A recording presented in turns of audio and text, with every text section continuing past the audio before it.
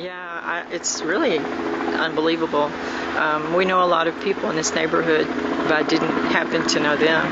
And it's just shocking to me that, our country's come to this point where we can't even talk, we can't share our opinions and ideas without risking being shot or something. Yeah, but see, Sherry Gates is exactly the kind of problem that we have in this country, and I want to emphasize problem.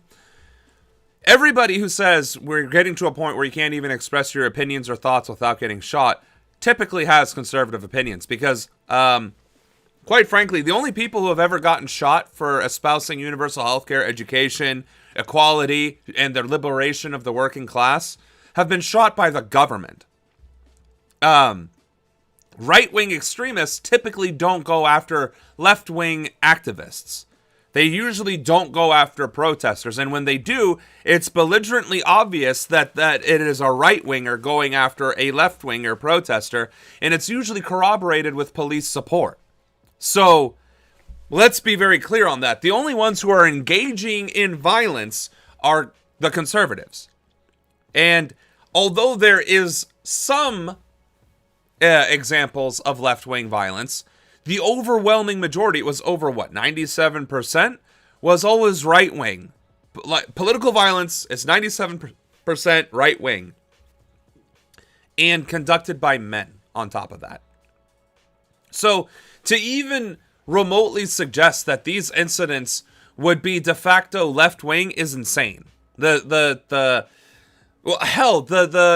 administration itself had to delete and redact its own study, its own evidence proving that it was conservative violence that drives most political violence in this country.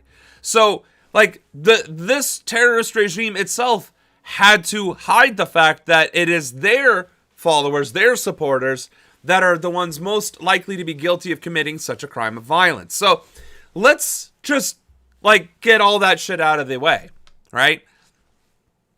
The fact, though, that people are so willing to believe these lies coming from this regime instead of using a single brain cell to analyze the facts, the information, even without any other biases, just look at the evidence of the crime itself. How are you going to be anti-ICE and kill detainees? Plain and simple.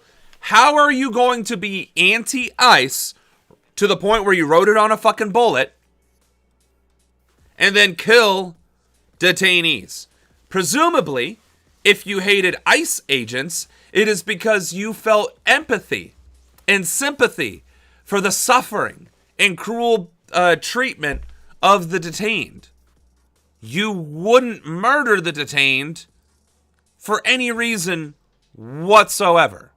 That's not how that works.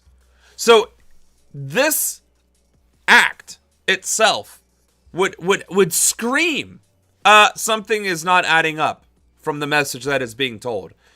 You have the president, the vice president, and the head of the FBI all agreeing that this was an act of left-wing whatever against ICE, but the victims were detainees. I don't care how smart or how dumb you are. I don't care how much critical thinking skills you have or lack. 1 + 1 = 2. And here we have 1 + fish = 3. This isn't adding up. This is not adding up. And I cannot emphasize that nearly enough.